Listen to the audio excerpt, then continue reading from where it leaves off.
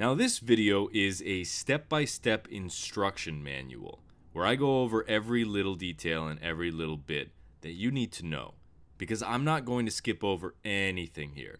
I have to ask you to bear with me though, because I recorded this video before I purchased a microphone, and let's just say the sound quality isn't that great, but it will not take away from the amazingness that precedes. Today's the day we're going to be installing a barn door.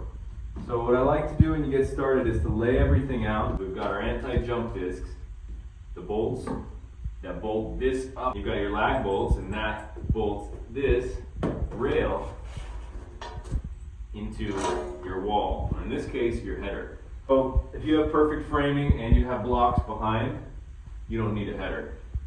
But we don't have that, so we're going to be using this. This is a 1x6. What we'll be doing is mounting this on the wall just like this, and that way we've got something strong to attach our rail to. So first let's find out the center of our header. That way we'll know where we're going to be mounting that. So I like to put a piece of tape. So 5.5, half of 5.5 is 2 3/4. And we'll make a nice mark that we can see. One on this side. And we'll do the same, half of 5.5. It looks like 5 7/16. So I'll just go a little shy of 2 3/4. In our instructions it shows from the floor to the center line of the header is the door height plus 1.75 inches. Alright, so we're going to set our height. We measured 80-inch door plus 1.75 inches. That gives us 81 3/4, 81.75. So I'm going to put a reference line here. That way I'll know, hey, how high is my center of the header? Right? So I'm going to mark 81 3/4. So two things can happen here. I can either turn on my laser, line it up, and put another piece, or I can get my level. I'm going to show you guys how to do it with the level. Not everyone's going to have a laser or a setup like this, which makes it easier to set it at whatever height you want. So this is what we're going to do. We're going to go ahead and put our laser, or our level at that mark, and that's where I want to level up. Once I got it nice and level, I'm going to put a mark here. Alright, so now I know where the center of the rail goes, left side and right side. And now we've got a reference mark here. We're going to use those holes there, and then we can center it up. Same with over here, another reference mark. So now this is how we're going to mark each of these holes. Are we ready? Showtime! I can feel it right there. Hear how it's a higher pitch, hollow, solid. So I'm going to use this, and I'm going to use a drill bit. So this is lath and plaster. It's pretty rough on your bits, so I use a concrete drill bit. You may have drywall, double check. You don't want to ruin all your bits. So I'm going to go ahead and see if I can find the stud. That's a stud right there. Another good thing about a concrete bit is it's hard to drill into the wood. So if I drill and I hit wood, I might keep going and think, oh, I don't have a stud. But with a concrete bit, you can really feel it. Most of the time in houses, it's 16 on center. Not always. So I'm just going to go for it. So this one was solid. That was my first one. I went to the left of it, and look at that. So now just to confirm, if you want to just make sure, if you have a heavy door, you don't want to end up screwing on the side of a stud. Look at that. See, I thought that this was solid, but right next to it, it goes in. So we know that this is the edge of the stud. So studs are 1.5 wide, which means the center is 3/4 of an inch off the edge. We're going to call this the edge, and then we're going to mark 3/4 of an inch. So now I know that it's there. Even though this was solid and this was solid, we want the center of the stud. Header is 6 feet wide. that means that it's gonna go all the way out to here. So we're gonna get one more stud. Let's go ahead and mark 16 and hope for the best. I went this way and I'm still not hitting a stud. I can go that way. Ooh, I hit something. So it looks like this is the edge of the stud. So transfer the mark, we know where the stud is. I'm going to go ahead and do it here. And then the final one. That one's still good. That one's still good. Boom, we got it. All right, now we know this is where our studs are. And it's actually pretty nice. This is, remember we marked this from the rail. So we actually are going to be able to get one of the bolts to go through one of the studs and not only depend on this. So now you see you've got your center mark exactly square, you know where you're going. And then what we'll do, you don't need a center punch, but it's nice to have.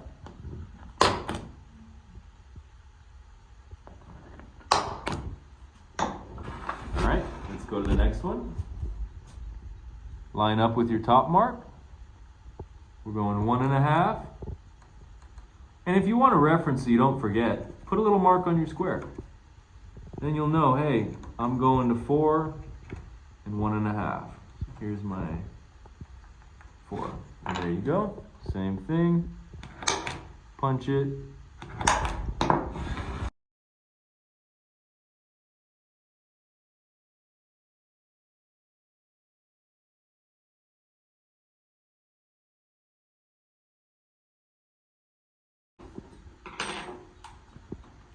We'll be using a countersink. That way we can pre-drill the hole and countersink so that our 3-inch screws will sit beyond the face and they're not sticking up like this. If you want to get fancy screws, you can, if you want to see them, but we're going to cover them up after. So this is why you always want to punch your hole, because if I try and start here, it might walk around and I might not get in the center. So now I'm already ready to go.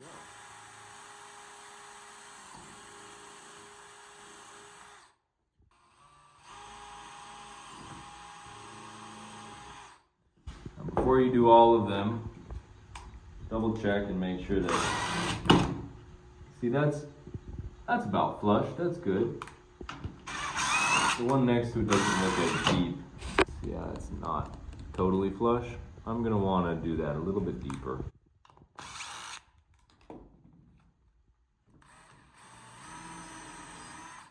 That looks good to me. And then you just continue.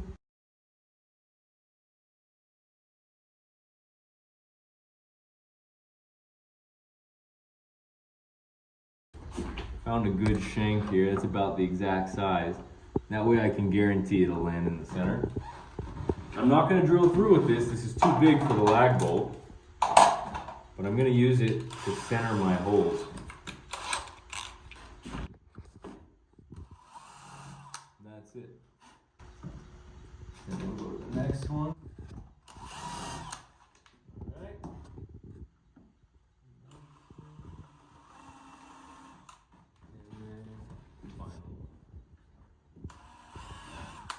Okay.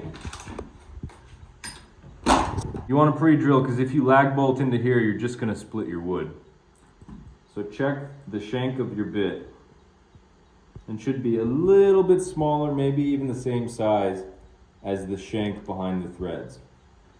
Now, if you use a bigger bit and you drill through, that's not going to grip anything. And if you use one that's too small, you're putting too much pressure on the wood and you will crack it. So try and get that perfect size. Okay, so we've decided that we're going to use this drill bit. Now, you've got one chance. Let's make sure it's the right size. This is a cutoff from this piece of header. So it was an 8-foot piece and I cut off 2 feet to match the size of this metal header. So what I'm going to do is test it. I'm going to drill here. And then take my nut driver. You may not have one, you can use a wrench. Now that seemed pretty tight. It's a good size. I have no cracking. It looks like this is a good size bit. happy with it.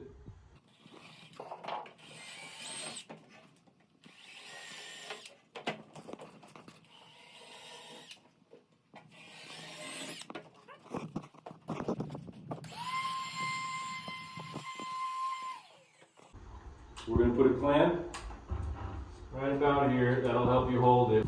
Next, we're going to line up our top marks with the center of our stud marks.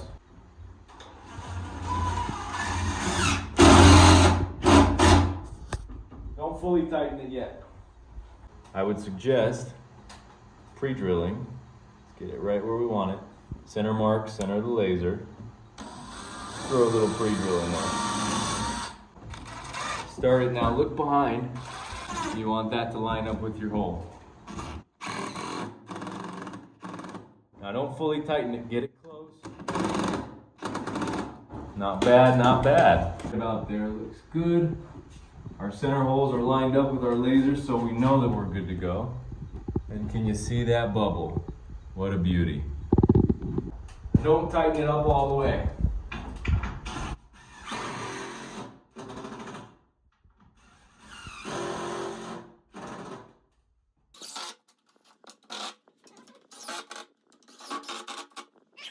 And there's your header installation. Okay, so we've got our lag bolts. 1, 2, 3, 4. And we've got our spacers. So the orientation is just like that. Easy peasy. And then this goes in there. So here's our first hole. Very close.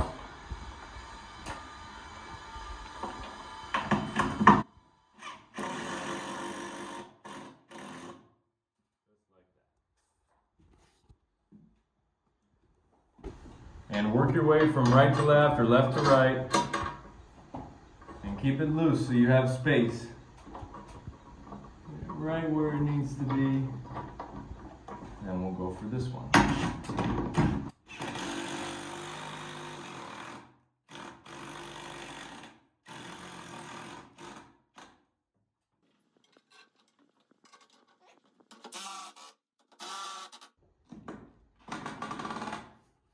Get it close. You don't want to over tighten these. Once you make contact, grab a wrench. So we're just double checking. That's good. Not too tight. It's not a bolt on a car holding your transmission together. It's just in a piece of wood and a little bit of drywall. That is solid. Just to tighten up our screws. We're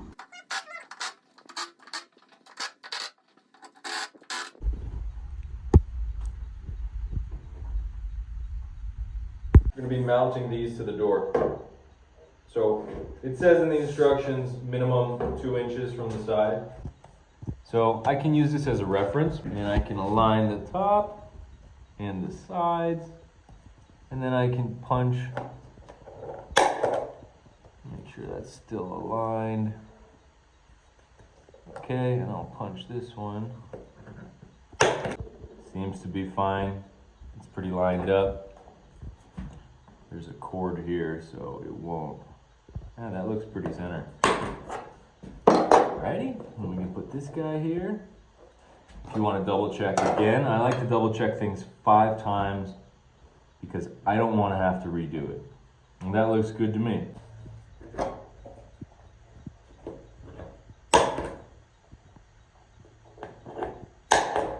Alrighty, let's confirm these are square with one another. 1.5 strong. 1.5 strong. Now we are good to go. Double check with this. Double check with this.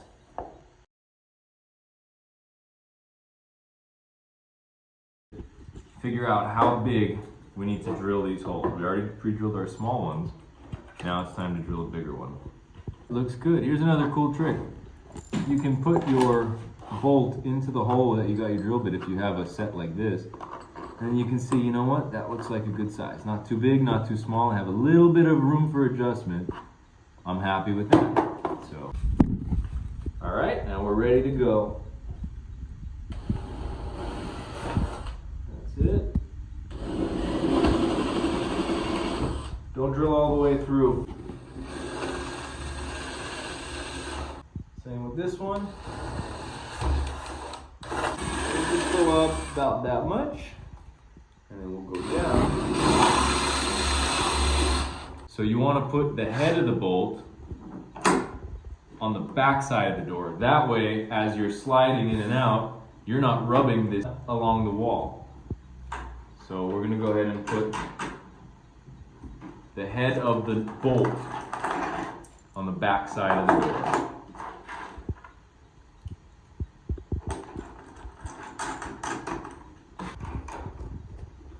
And just hand tighten it.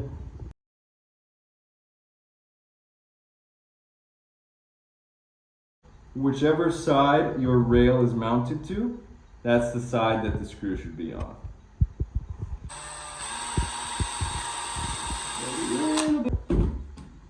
And we can take our screw, put it in our pre-drilled hole, and then we'll tighten it up. Don't go too tight, you need to be able to twist this.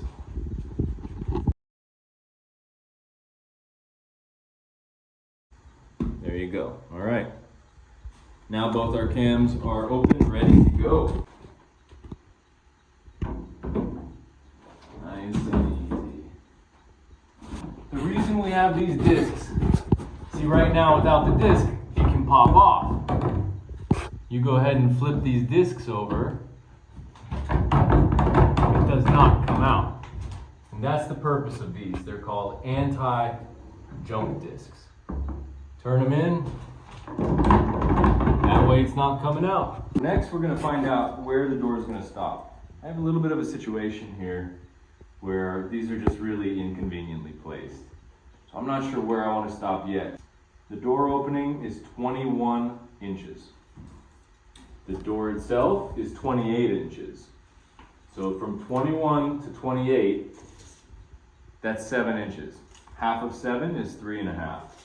So if these were not here, I would measure 3.5, and then that's where my door would stop, because that's half of the differential, right there. So you see I've got 3.5 here. Double check, I've got 3.5 here.